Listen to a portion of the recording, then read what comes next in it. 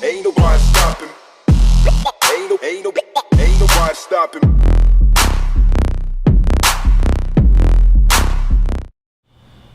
Good evening, everyone, and thank you for joining. This is an impromptu stream, and let me explain what we're going to be going through tonight. So, I've been doing research the last couple of days regarding the true history of Earth, the real timeline, and I've got a whole bunch of links and information.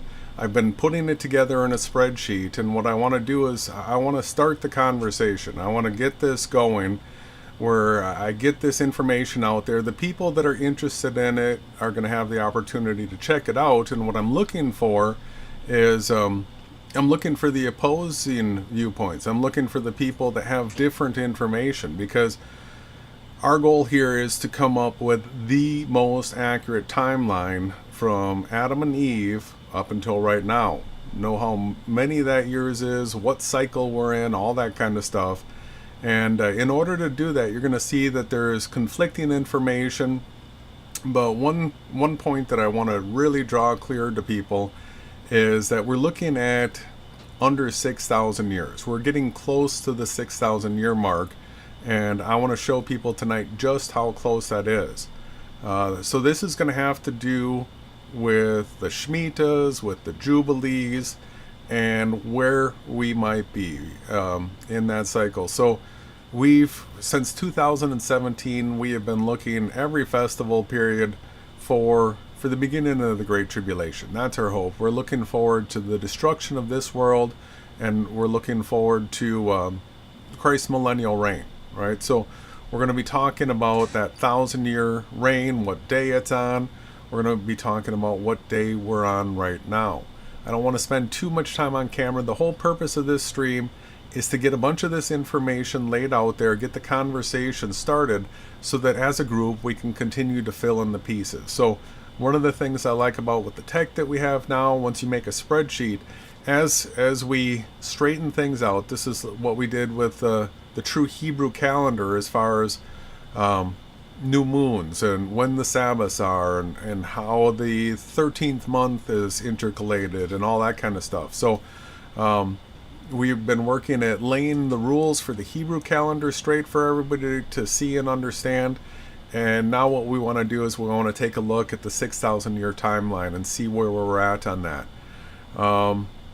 So Ronnie's not joining me tonight. There really wasn't a purpose for it, because I'm just going to be doing a whole bunch of reading. So he's going to be sitting there and not really be knowing what to add in. But he's joined us in the chat, which I super appreciate.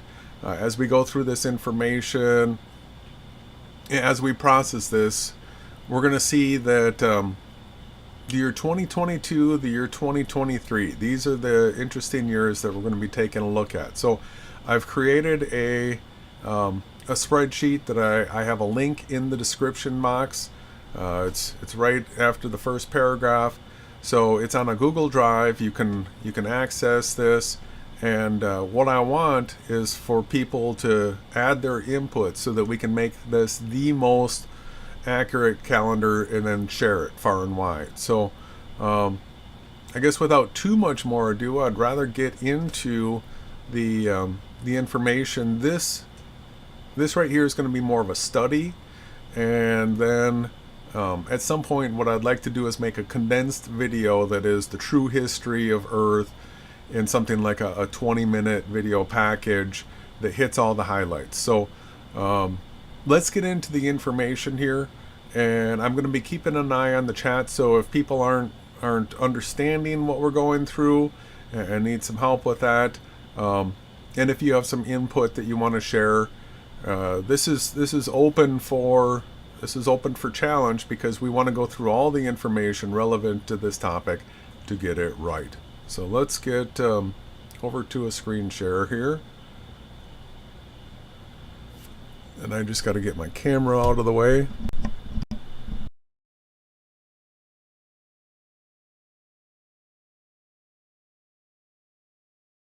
Thank you for joining, everyone. I know this wasn't planned, so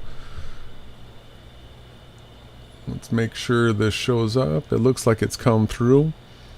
And so what I want to start off talking about is the 120 years spoken of in Genesis 6:3 as a 120 Jubilees prophecy. All right, so I was doing some research and I found this article, and there's some good information here. They take it to some wrong conclusions. We'll straighten out a few things.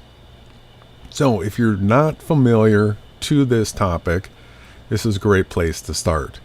It says, this is an introduction to the concept of the 120 years mentioned in Genesis 6:3 as 120 Jubilees to the end of this age. Genesis 6:3 reads, "And the Lord said, My spirit shall not always strive with man, for that he is also is flesh, yet his days shall be 120 years." Many are quick to assume that this is the time Yahawah, this is YHWH, so the V was created at the same time as the J. Let me just adjust my mic here a little bit. And so this is Yahawah, gave the people of Noah's day to clean up their act and be saved. So what they're saying is most people, when they read Genesis 6:3, interpret this as Yahawah saying you've got 120 years left to clean up your act. However, a closer study of some key verses and the use of simple math quickly contradicts that view. There is also the case of people living well beyond 120 years after the flood. This then leaves us with the question to what the Creator was referring to. All right, so you understand that there were people after the flood that lived more than 120 years. So if yet his days shall be 120, there seems to be a contradiction there, right? So let's see what they have to say here. First, let's dispel some erroneous held beliefs. Noah did not preach for 120 years as many teach and falsely assume. We first find that Noah 500 when he had his 3 sons. Genesis 5:32 reads, "And Noah was 500 years old, and Noah begat Shem, Ham, and Japheth." Immediately after, we have the chapter 6 account of Yahawah's declaring the 120-year deadline and ordering Noah to build the ark. One would assume that he was 500 years old when he began building the ark if you follow the natural progression of the Genesis account. Genesis 7:6 reads, "And Noah was 600 years old when the flood of waters was upon the earth."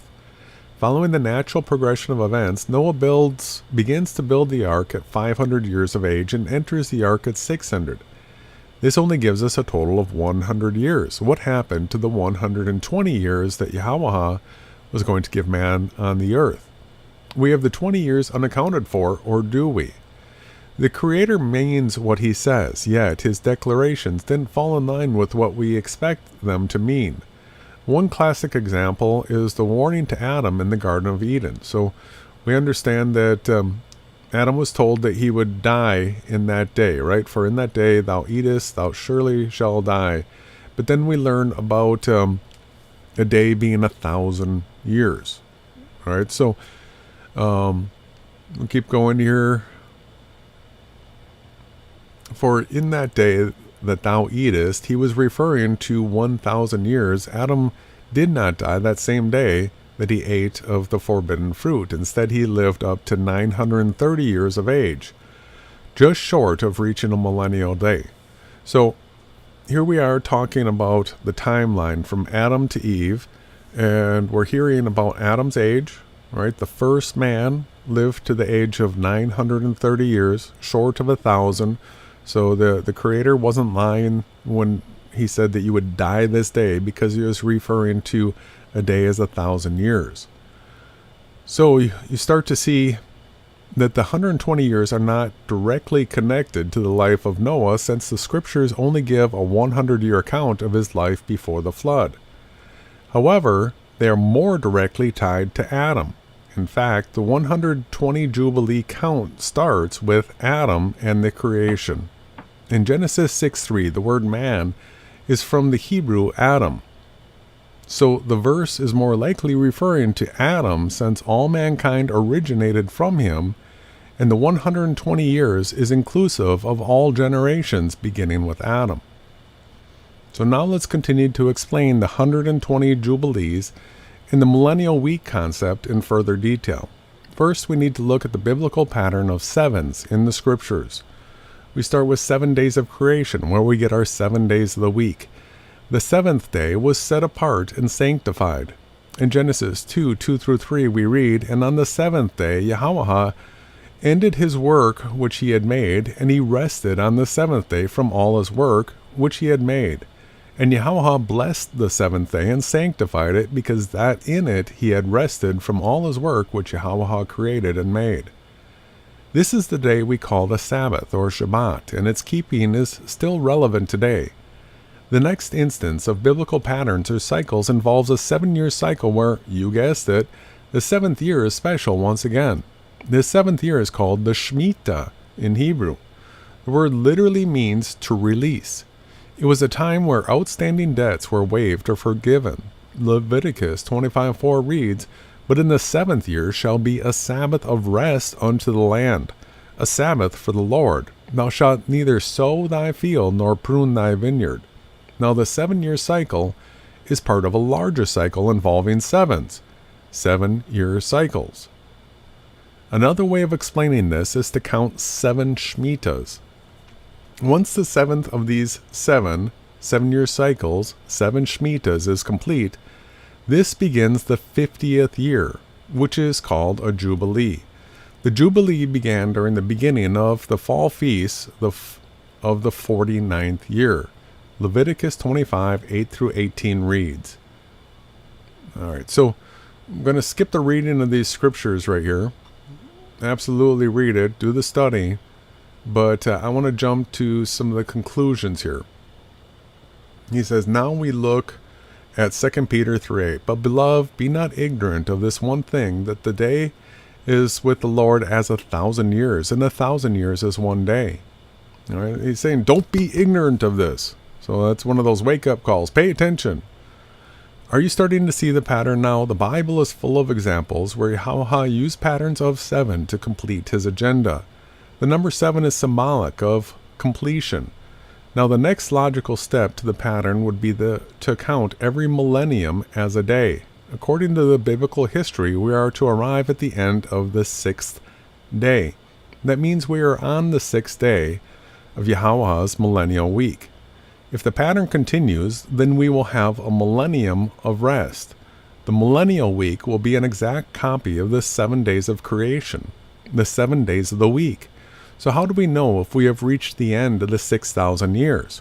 That is where the Jubilee and Noah's 120 count come in. If you multiply 120 by 50, you get 6,000. All right, so this right here was the aha moment. This 120, and then the Jubilees are 50 years. There's your 6,000 years. So let's suppose that the 120 days that Yahawah was talking about in Genesis 6:3 are in fact 120 Jubilees that occur every 50 years, culminating with the 119th or 120th Jubilee. It turns out that such a calculation has already been figured out by some. The 119th Jubilee was calculated to have occurred in 1967. See, this is where things fall apart. We want to do our own calculations. We want to get this right instead of taking somebody else's word on it, because the 120th Jubilee was supposed to arrive in 2017. Something significant happened in 2017, but it wasn't the final Jubilee. We haven't gone through the last Shemitah, the 7th Shemitah cycle. So let's bring up the calendar that this is a new timeline, and it's rough, everybody. This is no frills. This is really basic. But what I want to do is start getting this all hammered out, and then we can make it look pretty and turn it into a video and that kind of stuff. So let me explain what I got going on here. I just used a regular spreadsheet, and the spreadsheet itself, the lines are numbered. So I know these are a little bit small, but this number right here is 6,000. This one's 601. Now these are current years that we're familiar with. So the year 2030, the one coming up. Here's 2022. This is where we are right now. Now, I've got Jubilees every 50 years, and I've got the Shemitah cycles, which are 7 years, and then I have the Shemitah cycles labeled cycle 1 through 7. Right, so 7 sevens makes the 49 years. And so let me explain to everybody. I made the spreadsheet. I knew I wanted 6,000. That's what I was going to be tracking. And so I came out here and I set the Jubilee, all right, in the 6,000th year. So there's some suppositions that I'm working on, but these seem to be well-founded. It would make sense, right, that the millennial reign would begin with a Jubilee. That's my assumption that I'm working with. So then I'm working backwards from the 6,000th year of a Jubilee. If we work this backwards, then the beginning of the last Shemitah cycle, all right, Shemitah cycle number 7, would be the year 5993, if we're counting from year 1 to year 6,000. Now, I'm not going to use a 0 year, right? We're just going to use the number 1 to 6,000. And there's going to be a little bit of play when we're looking at these years, because something can happen in the spring of a year, or something can happen in the fall of the year. And so you can start adding up a whole bunch of numbers, but if we don't know the actual specific date of the year that something happened, what we do is we get close numbers, but we're like, it could be 1 year this way, 1 year that way type scenarios.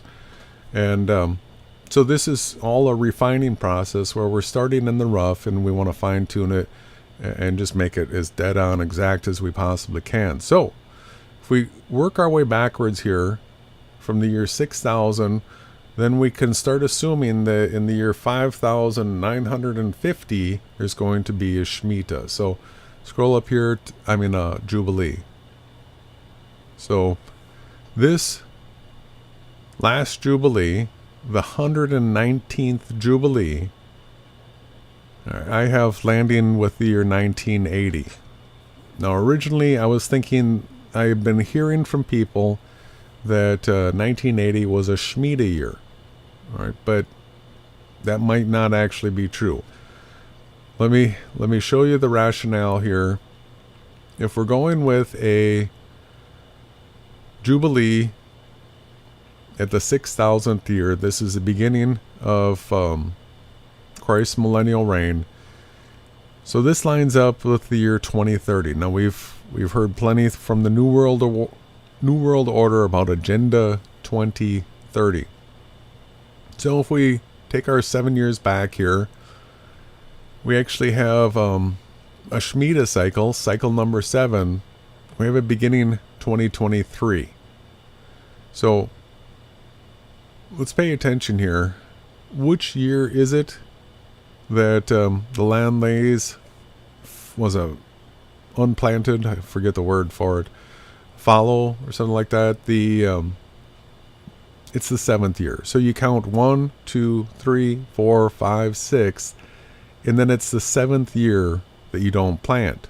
And then you start over again. 1, 2, 3, 4, 5, 6, 7. So we've been hearing from people that 2022 is a Shemitah year, and look, it's got a 7 lined up here. If we have 2030, the Jubilee, we come back. So the last 7 years, this cycle right here is going to be the Great Tribulation. The Great Tribulation is a 7-year period. And so the question is, the Shemitah year, it says 7 here. Did the Shemitah begin in right now, right, with the Day of Atonement, or did it just end? And 2023 begins a new cycle. So these are some of the things that we've got to fine tune. Now, this is all working off of the assumption of 2030 being the Jubilee. So the this column right here of these years can be moved down, all right, or up, whatever we got to do in order to have it begin correctly. So this, when the Great Tribulation begins, this 7 years, if it happens this year, then we're going to end up pulling this column down one click. Or if it happens next year, it's in the right place. All right, so I'm hoping people are understanding that. So let's start working our way backwards through these numbers, and then I'll help you understand what this 2000 number over here is. So as we start going backwards through this, here we have the Jubilee, the 119th, at 1980. I keep going back here. And there's not going to be a whole bunch to see, so I'm going to skim back to the year 0. So we're going backwards in time here. We're going to be going back to the year 0. All right, and then you're going to see this 0 here, then all of a sudden the numbers are going the other direction. So these are the negative number years above this. Now, one of the big markers that we're looking for is when Christ was born, Yahawahashai. And so that's going to take us to the next article that I have. And let's talk about when is the most accurate pinpointing of when Christ was born. So this article right here, I felt had a pretty fair look at it.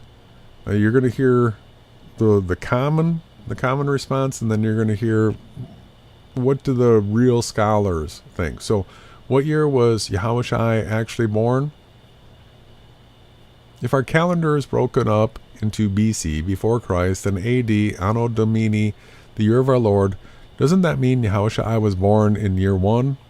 Well, here's the explanation that no, the guy who made that change, he didn't get it right. So, when was he actually born?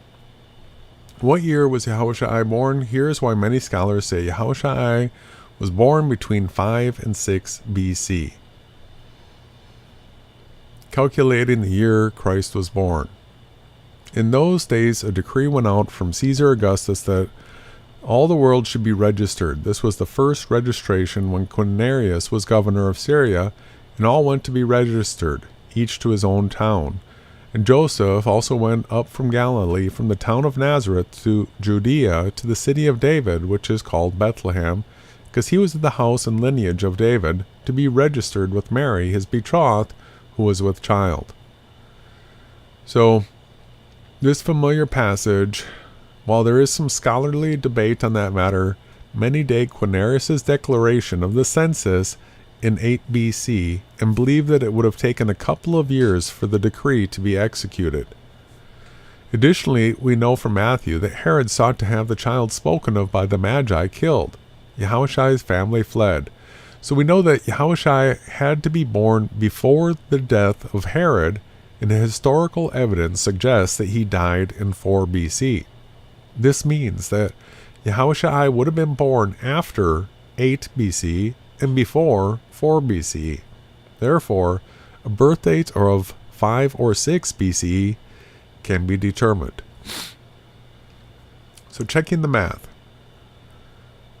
Clearly, Christ being born in any year BC is earlier than what we expect. Can this be right? Is there some way to double check the math? Thankfully, there is. We can see how this date for Christ's birth fits with other chronological markers in Scripture. For example, does the number work out when taking into consideration Christ's ministry and crucifixion? So John the Baptist begins his ministry. So now we can because we know that those two were together, we can leverage what we know about John the Baptist. In the 15th year of the reign of Tiberius Caesar, Pontius Pilate being governor of Judea, and Herod being tetrarch of Galilee, and his brother Philip, tetrarch of the region of Iturea and Trachonitis, and Lysanias, tetrarch of Abilene. during the high priesthood of Ananias and Cephas, the word of Yahweh came to John, the son of Zechariah, in the wilderness. As highlighted above, it references the 15th year of the reign of Tiberius, which began when he became co-emperor with Augustus in AD 11. That would place the 15th year of his reign at AD 26. That helps us understand when John began his ministry. From here, we can look to Scripture for an indication of how long Christ's earthly ministry lasted before his crucifixion. The Gospel of Luke tells us that Christ was roughly 30 when he began his ministry. John's Gospel mentions at least 3 Passovers during the ministry of Christ. This indicates that his earthly ministry lasted at least 2 years. It's very likely lasted almost 3 full years. So if Christ's ministry began when he was baptized by John around AD 26 and lasted for roughly 3 years before he was crucified under Pontius Pilate, we can estimate that Yahawashi death and resurrection occurred around AD 29 to 30. Taking Luke 3:23 into account, Yahawashi would have been between 34 and 36 when he died. If Yahawashi was 34 to 36 at his death in AD 29-30, this would put his birth at around between 5 and 6 BC. Whoa, but wasn't Christ 33 years old when he died? Many, if not most of us, have heard sermons which state that Jesus was 33 when he died. The problem is that Scripture does not tell us that explicitly. It is a conclusion reached primarily by the estimate that Yahawashi's ministry lasted about 3 years, and that Yahawashi was about 30 years old when he began his ministry. Keep in mind 2 things. First, estimates by scholars are fallible, and Scripture is not. The above logic could be off or adjusted if archaeological findings provided new information. Second, it would not be inaccurate for Luke to say that Yahawashi was about 30 years old, if he was really 31 or even 33. We use such language all the time, and the fact that the Scripture uses about in this instance allows for a few years in either direction. Does anyone else agree with these dates? We've got some books here. Here it's talking about 4 to 5 BC and 37 to 38. Christ was between 33 and 35 when he began his ministry, and 36 to 38 when he was crucified. And conclusion. So, you've got a bunch of information now to consider Christ's birth. So, here we are at the year 0 mark, and we're hearing between 4 and 5 or 5 to 6. And so this is the first place I put a 1 for Christ being born. And so this happens on the first year of cycle 3 of a Shemitah. And so with this count right here and the information from that article, 36 years takes us to the 80th Jubilee, the year 4000. All right, so this right here is a big hit for me. Let me make sure that this is up on the screen here. So that 36 years takes us to Jubilee 80, Yahawahashai death and resurrection. This makes sense. It makes sense. Year 4000, Jubilee 80. All right, and so this times out where it would be a death on a Jubilee if he was born here in 5 BC. All right, and then this other column over here, this is the year count from Christ's death. All right, so that's the reason why with Christ being born in the year 5 BC, right here, that's the reason why he would be 36 on this Jubilee year. And then the year count from that will take us to a real nice round 2,000 years at the 6,000 year mark. And that's real clean math right there. Real clean math.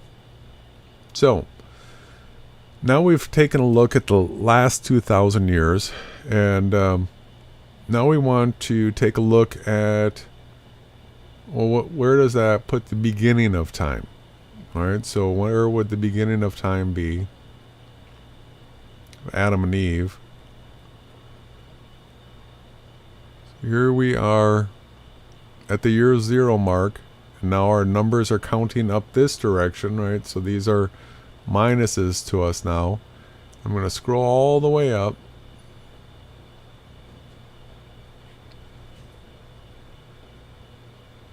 It's a big scroll. All right, so these minus numbers, this would be the year 3969 minus BC. All right, the Adam and Eve were created. So here's that number column on the side here. Each one of these numbers is actual year, from year 1 to year 6000. So the Shemitah and Jubilee cycle, I just have running constant the whole 6,000 years. Now the Shemitahs and Jubilees, they haven't always been observed. So when Adam and Eve were created, they weren't doing Shemitahs and Jubilees at that time. That command was given to the nation of Israel, and so descendants of Jacob. But what we're doing is we're assuming that it was a Shemitah and Jubilee cycle that's been in place from the beginning of time. All right, we're working with that assumption. So here's the cycle in play. Now as we scroll through here, you're going to see Jubilee 1 is year 50, and based on the calendars that we use right now, we would call this minus 3920. All right. So what I've done is started filling in some of the blanks here. I'm going to show you what I'm doing that with. That's coming from this site right here. So Bible Timeline, a chronological index of the years and times from Adam unto Christ. And let me tell you about this right here. It says the following chronology is from the first edition of the King James Version of the Bible, printed by Philadelphia printer Matthew Carey in 1801. The chronology given largely follows that of Reverend James Ussher's Annals of the World, first published in 1658. Ussher's chronology divided the world's history into 6 ages, from creation to the fall of Jerusalem. Carey's Bible has a heading noted the first age, but there are no headings for ensuing ages. So, it reads like this: the sum of the years of the first age, from Adam unto Noah's flood, are 1656. For when Adam was 150 years old, he begat Seth. All right, so let me show you what we're doing here with we got Adam created. Now when we scroll out here to 150,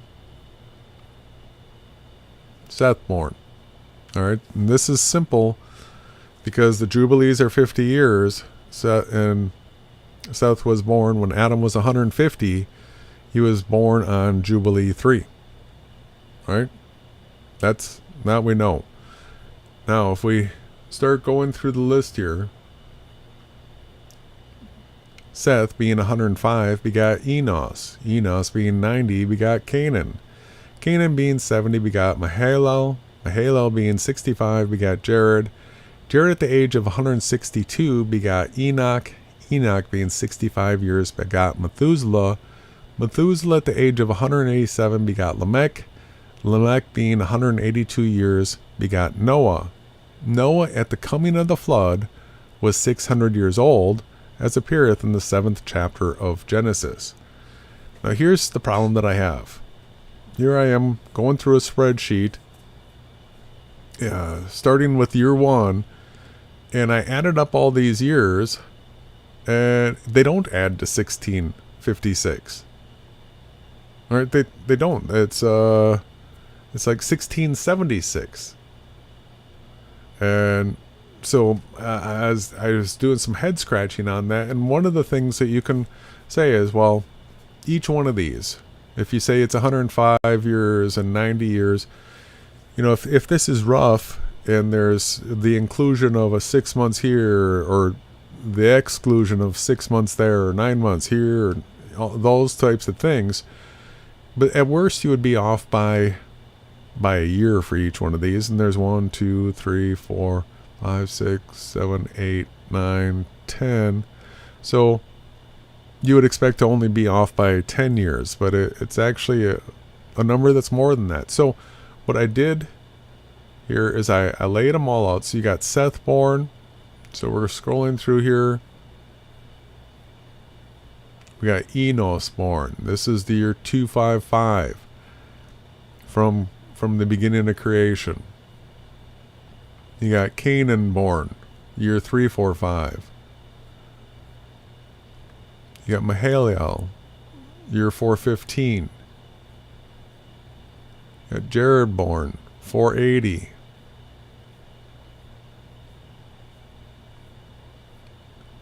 Got a big gap here. You got Enoch born, 642. In our years, we'd be calling that 3,328 BC.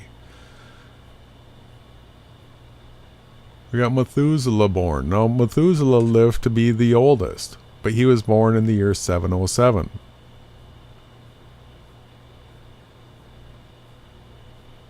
And then Lamech's born in the year 894.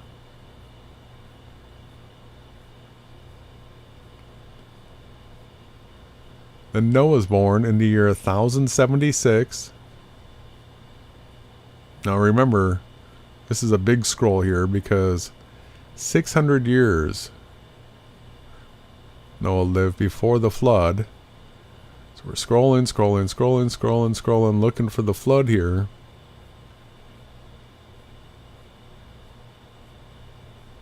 It's a big chunk of time.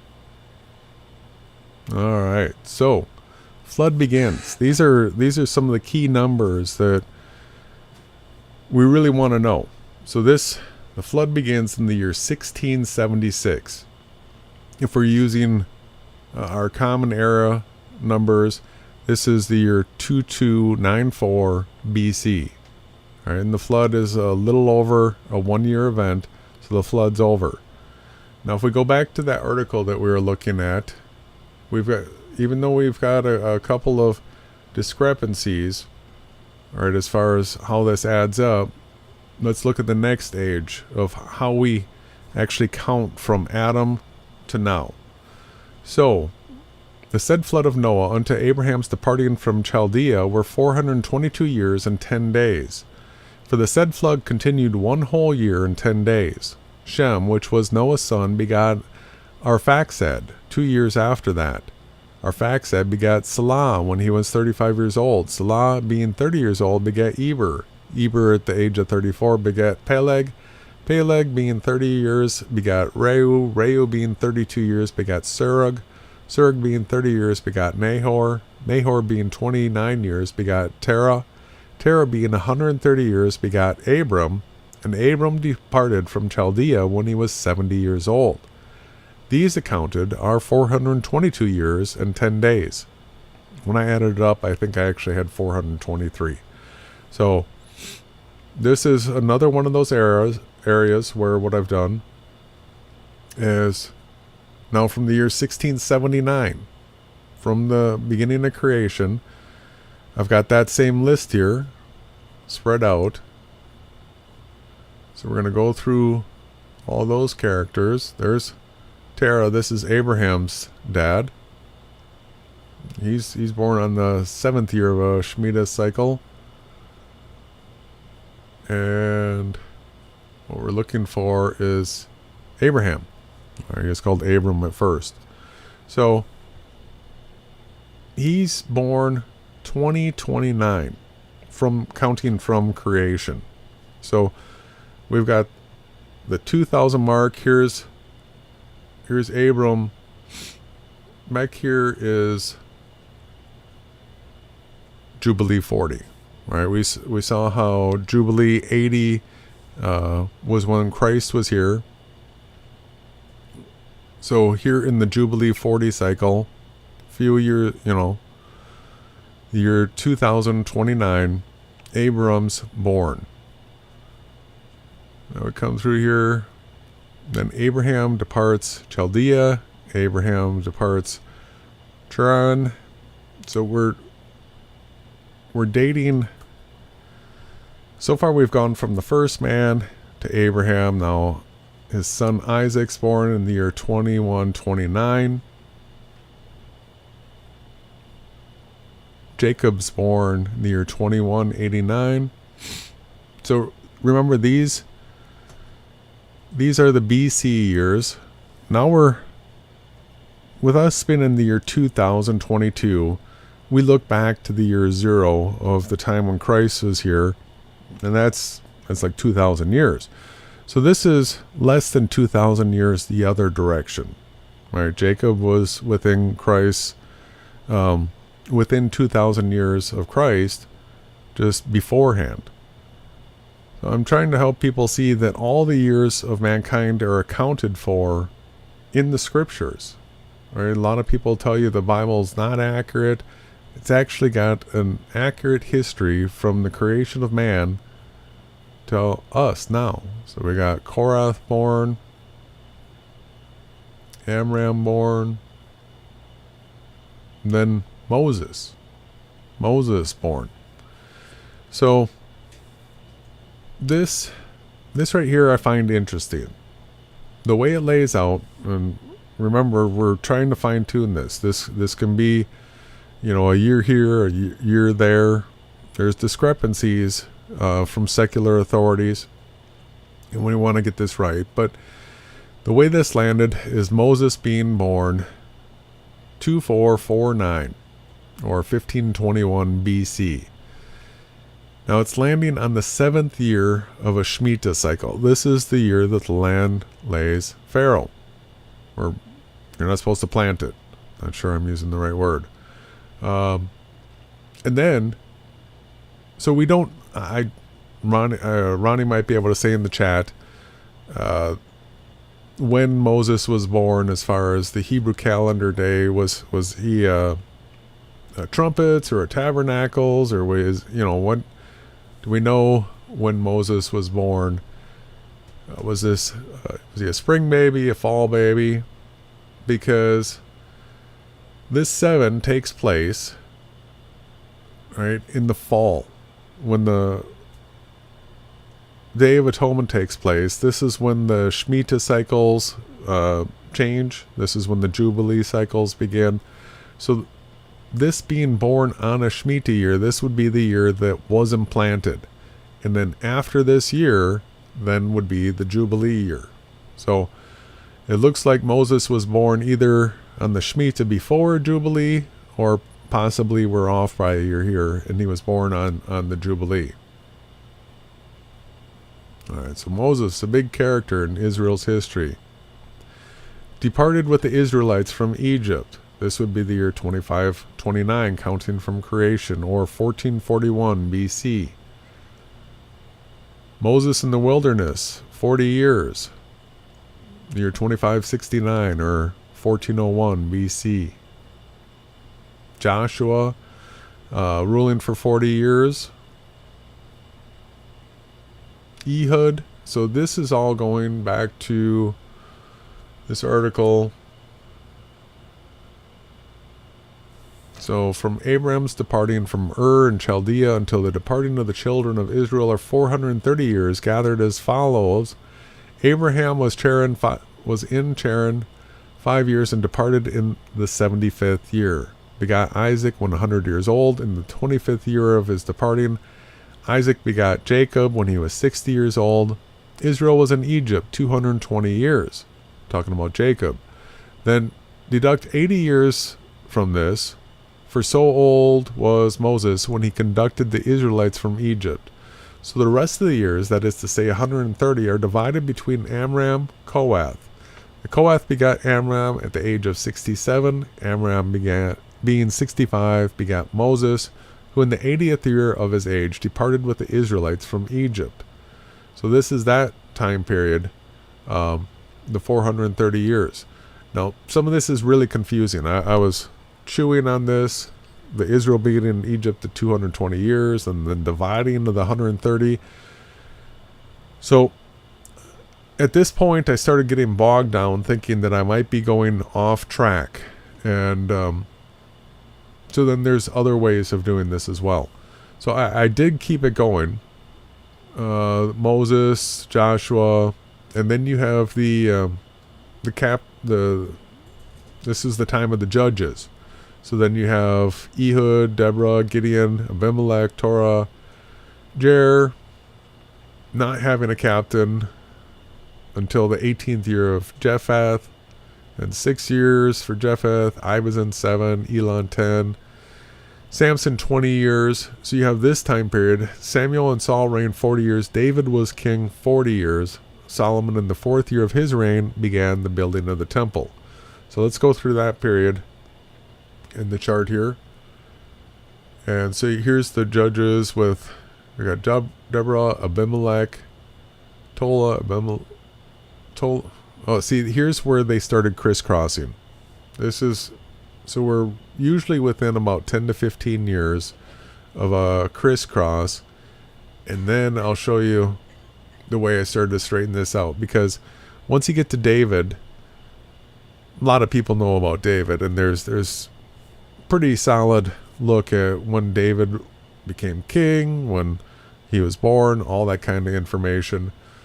So through that research, we want to know, all right, so the second temple, we know the timing of that,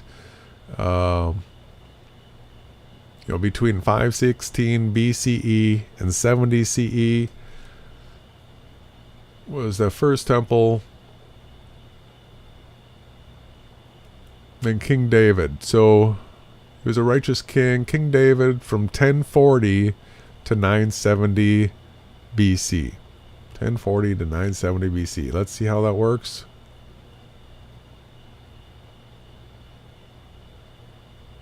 $1040. Remember, these are the minus. These are the BCs. So here's 1040. Here's where he becomes king. And his death, 970. So this is when Solomon begins his rule. And guess what? You think it's a coincidence that this happened on Jubilee 60? All right, so the 970 BC actually translates to the 3000th year from creation. If there's 120 Jubilees, then Jubilee 60, you're at the halfway point, right? You're in year 3000. So David dies on the midpoint Jubilee right here. And so this is from this time period now, all of a sudden we can become sort of real solid in the dating of things coming forth from this year 970. Here you're just less than 1,000 years before Christ, and we do have some real solid times that we can start pinning things down to. The first temple completed. Remember, Solomon's the one that built the first temple. We've got that the year 957 BC, which is the year 3013 from creation. All right, so then we've got that first temple for a while. See, there's so much that we can fill in along this chart now. We're just hitting the rough outline of it, hitting the ages. So the first temple destroyed here in year 587 BC, year 3383 from creation. Second temple built 3454, year 516 BC. And now we're going to be getting close to Christ, right? So as we get down to year 0,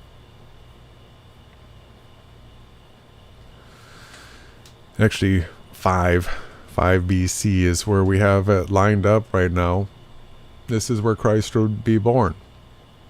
And based on the research that we're looking at, it looks like he may have died on Jubilee 80.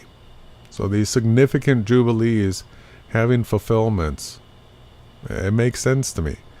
And then 2,000 years from Christ's death till it looks like the year 2030. All right. So that's what I've put together so far for this chart. Let me go back to a few more things, just talk about quick. So all these extra things, we can do the research and then keep adding more and more detail to the timeline. This is where I was getting my information from and understanding that there's usually opposing secular authorities on all these things, right? But we can go from the world's sources of all their books, right? These people, these kingdoms, these empires, when this person was ruling, this is historical information that actually validates the entire timeline of the Bible. I just want to keep re-emphasizing that people that think that the Bible's timeline is crazy, no, it's absolutely accurate. And anybody that thinks that humans have been around more than 6,000 years, they're off base. Now here's the problem. This year 6,000, the Jews, the Jays, they said that we're in year 5783. So they're, a couple hundred years away from Christ's return according to the calendar that they're keeping with this 5783. We're just going to throw these numbers right out the door. So when you're basing Shemitah cycles off of this number, you're in the land of confusion. It's not a couple hundred years to Christ's millennial reign. All right, so good news, bad news. We're not entirely sure that the Great Tribulation's not going to begin in the year 2022, but then there is also the possibility that we've got to wait to the year 2023. And let's talk about why it would be one year or the other.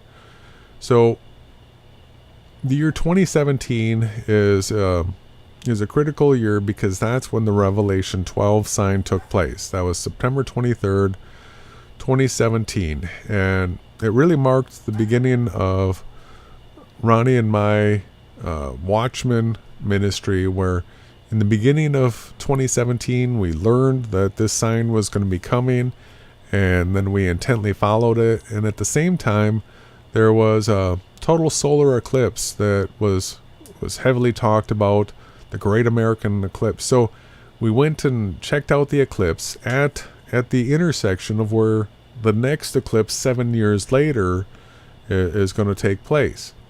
And so if we're talking cycles of 7, here you've got the Great American Eclipse that has a 7-year cycle to the next Great American Eclipse, where there's the cross here. And so that ends up, that takes you to September 23rd of 2024 to complete a 7-year cycle there. So it's not the greatest of news, but that cycle we do feel is significant. So the next total solar eclipse, the next great one, is April 20th, 2024. But there's also an annular solar eclipse over North America and South America on October 14th, 2023. So this right here, this intersection, is where we live. Interestingly enough, right now where we're living, we are in the cross of the 2023 and the 2024 eclipses. Now, we went up into like the Carbondale, Illinois area. What was the name? I think it's Anna, something like that. It's where we went. That's the cross where the one in 2017 came like this, and so the cross is like underneath where the A is right here. So, and there's literally a cross there. If you go back and watch our footage from it. So there seems to be connections to these eclipses. And this October 14th one, I looked this up, and it's in 2023, it's at the very end of the 7th month. So, if we look at this, if we look at the end of this again, so maybe if some of this is starting to make a little bit more sense to you, starting to comprehend what I have up here. Here's our year 2022.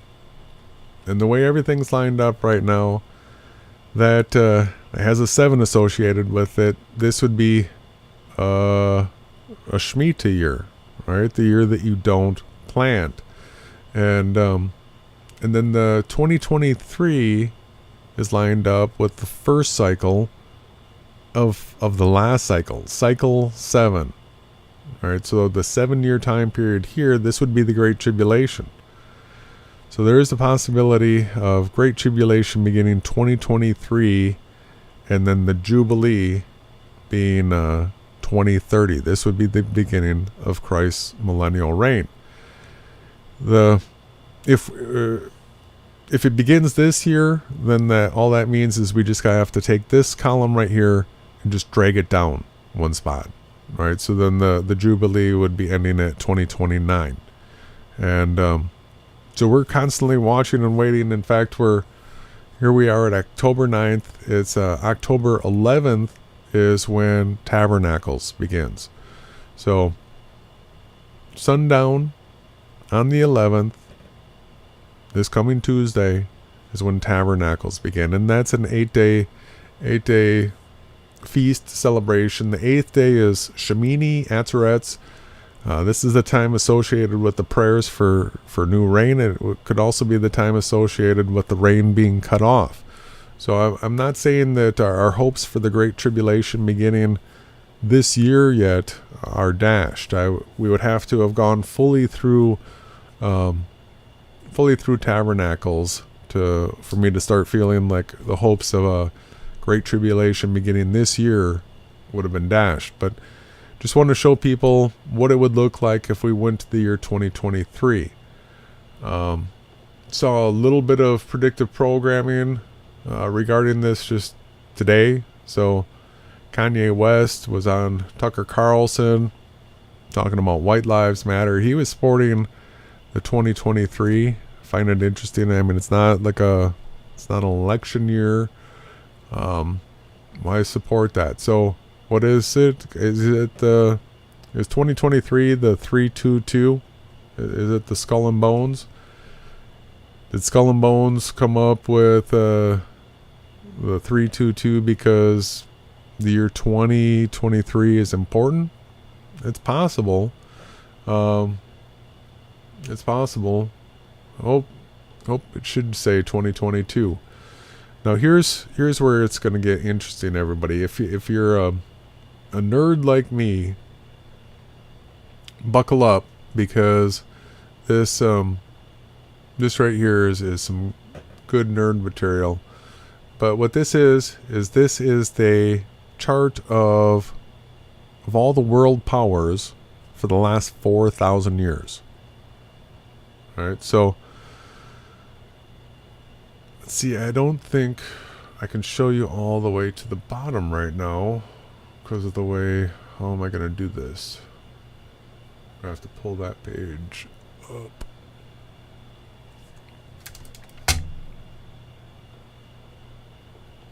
How do I get that up?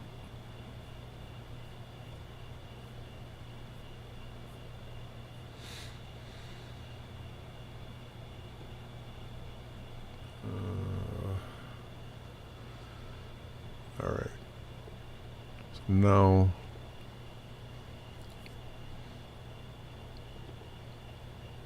Yeah, I got to get it unhighlighted. There. Alright, now I should be able to show you the whole page. So this is what they call the histomap, 4,000 years of world history, relative power of contemporary states, nations, and empires. So, relative power. So the way this is to be understood is that the width of a section right here shows their percentage of power in the world. All right, so back 2,000 years ago, 2000 BC, and remember that's right around the time period of Abraham. Right, he was in like the year 2030, and so you've got the Aegeans, the Egyptians, the Hittites, the Amorites, the Iranians, Indians, Huns, Chinese.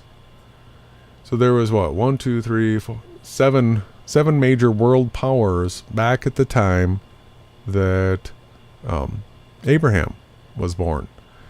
And so then these Amorites, you see the Babylonians. Now I'm not familiar with all these groups of people, and I'm sure you're not as well, but some of these big name ones should be things that maybe catch your attention and you sort of get an idea of what's going on. So you got Mongolians, so you get an idea of where these people are, what kind of nationality they are.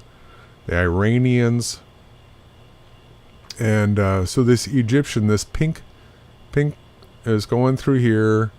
You see the size of the empire growing and shrinking. Then all of a sudden you see a split right here, right where the Assyrian kingdom begins. You also see the Hebrews show up. Whoa, I mean, that's our people, right? So that split begins right here at around the year 1400. Remember, this is BC, 1400 years before Christ. And so the Hebrews split off here, and they are actually the pink category here. The red category is the Phoenicians. So it says here, traditional date of the Exodus from Egypt. So all this stuff is fitting on the timeline. It's got Moses. It's got Joshua conquers Canaan. The period of the book of Numbers. Conflicts with the Hittites. The period of the book of Judges. Conflicts with the Philistines. Prophet Samuel appoints Saul king. Period, book of Kings. David. So here's David's time period. Remember, that was 1,000 years before Christ. And then Solomon building the temple. Then Jezebel. Then Elijah. Then Jehu, Elisha, Civil War, Amos, Hosea, Isaiah, the 10 tribes, dispersed, the book of Chronicles, Josiah, Jeremiah, captivity, Phoenicia and Persian provinces. The Jews rebuild the temple, subject to the Persians. And then all of a sudden, boom, their timeline is like cut off. 500 years BC. So then you take a look at what's going on in the world here. You've got the Greeks. The Greeks are growing. This Lydians, I mean, they began and ended around this time period. The Egyptians are still around. The Romans are just beginning as a power. So if you go up here, this is the Romans. It says here Rome founded. Right? So this is between the year 700 and 800. Rome founded. And then you have Romans growing and growing and growing. Here's Alexander the Great. This is when the Greeks were at their, big time. But then all of a sudden the Romans swell up and become much bigger. And then we get to the switch from BC to AD, and guess what shows up? Yahawahashai. Alright, so they've got that within the Roman Empire. They don't have that in the Hebrew Empire anymore.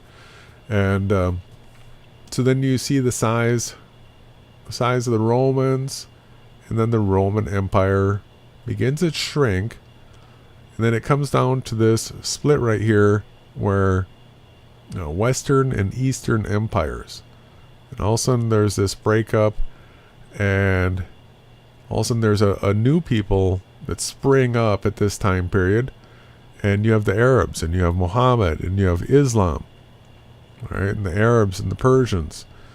And so then the Roman Empire goes through a switch where they start calling it the Byzantine Empire. They start calling it a new thing, right? So Rome never really went away, it changed. You have groups like the Lombards, they pop up, they disappear. Now the Franks here, this is an interesting one, because all of a sudden they swell, they become this big power, and then all of a sudden there's a weird breakup that takes place here. And here we have the Italian Papal States. All right, this yellow group right here, this is where the papacy finds its origins. All right, this green section is now what they call the Holy Roman Empire. So over here they call it the Byzantine Empire. Now over here they call it the Holy Roman Empire. At the same time that there's this papacy at the beginning of Italy and France. You got Normandy. This is when the England and Norway, Denmark, this is where they became a power. And so really, this Holy Roman Empire, the papacy, Italy, the Byzantine Empire, all of this is really under Vatican control. All right, so they may act like these are independent, separate states that aren't all working together, but at this point, the papacy, the Vatican, they've really got their hands on top of all of this, and this is, we're talking about 1,000, 1,100 years after Christ. All right, so we know that if we go back to the year 3 here, so under the Romans,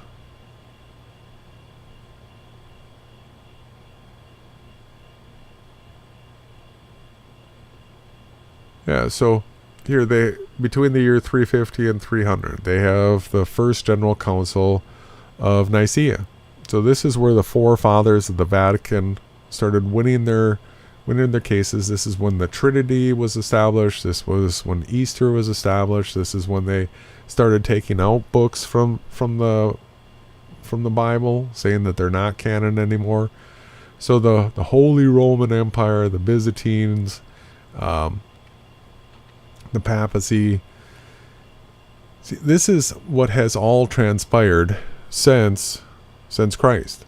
All right, this is the history. This is the world powers. This is the battles that took place. Who was in control? And here's your Protestant Reformation. Here's the growing power of England, Ireland, Scotland, and Wales.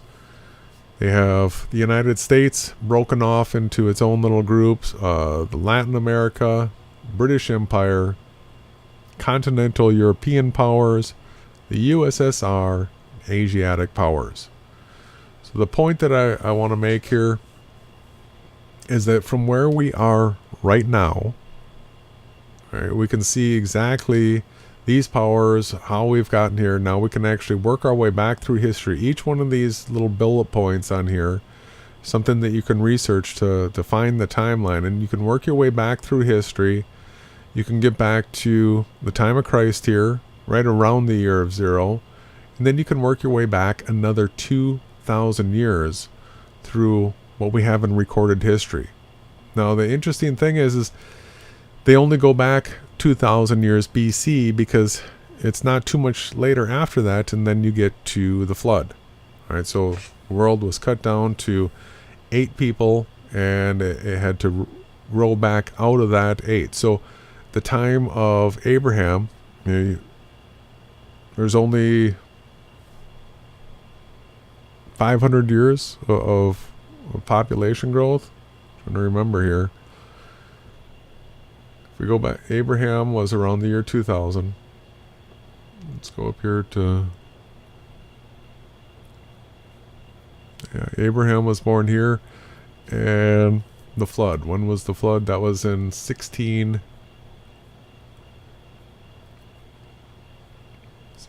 what? There we go. 1676 from creation that the flood began. So yeah, it's like less than 500 years from the flood to Abraham.